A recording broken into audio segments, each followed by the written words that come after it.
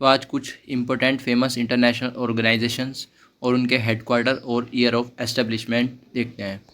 तो आप ये सारी भी देख सकते हैं, पर हम जो पढ़ेंगे वो केवल इम्पोर्टेंट पढ़ेंगे। सबसे पहली है यूनाइटेड नेशन ऑर्गेनाइजेशन यूएनओ। इसका हेडक्वार्टर जो है वो न्यूयॉर्क में है और वो एस्टेब्लिश हुआ था 1945 में। और सेकंड पे है इंटरनेशनल मॉनेटरी फंड IMF। इसका हेडक्वार्टर है वाशिंगटन में और इसका एस्टेब्लिशमेंट ईयर है 1945। थर्ड है WHO वर्ल्ड हेल्थ ऑर्गेनाइजेशन। इसका हेडक्वार्टर जिनेवा में है और इसका एस्टेब्लिशमेंट 1948 में हुआ था। Fourth UNESCO.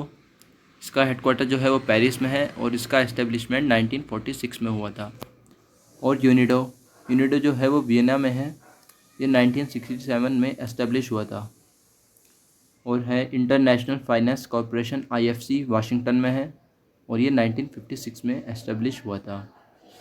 और फिर है UNDP, United Nation Development Programme. इसका जो हेडक्वार्टर है वो न्यूयॉर्क में है। और फिर है यूनिसेफ का जो हेडक्वार्टर है वो न्यूयॉर्क में है और इसका ये एस्टेब्लिश हुआ था 1946 में।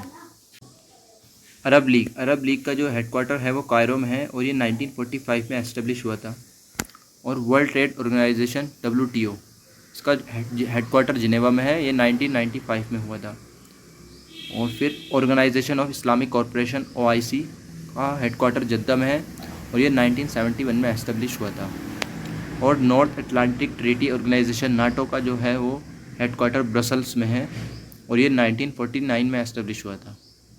और फिर SAARC, south Asia association for regional corporation, Kathmandu में है इसका हेडक्वार्टर और ये 1985 में एस्टेब्लिश हुआ था।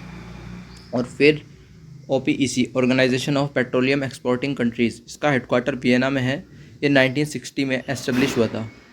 फिर इंटरनेशनल ओलंपिक कमेटी IOC, इसका हेडक्वार्टर जो है वो स्विट्ज़रलैंड में है और ये 1894 में एस्टेब्लिश हुआ था।